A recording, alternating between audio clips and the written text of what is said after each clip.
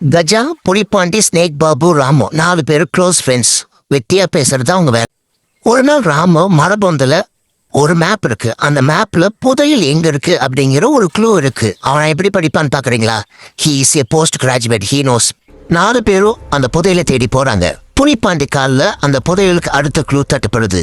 அவன் காலையே ஸ்கேன் பண்ணி அடுத்த க்ளூ சொல்றான். கஜாவும் ராமுவும் ஒரு அருவிக்கு நடுவில் இருக்கிற குகைக்கு போறாங்க.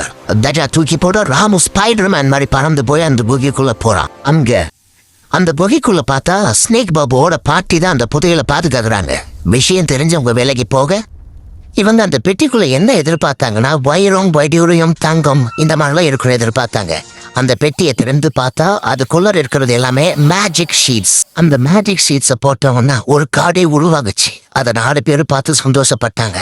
த மோரல் ஆஃப் த ஸ்டோரி, 4 பேருக்கு நல்லதுன்னா எதுவுமே தப்பு இல்லை.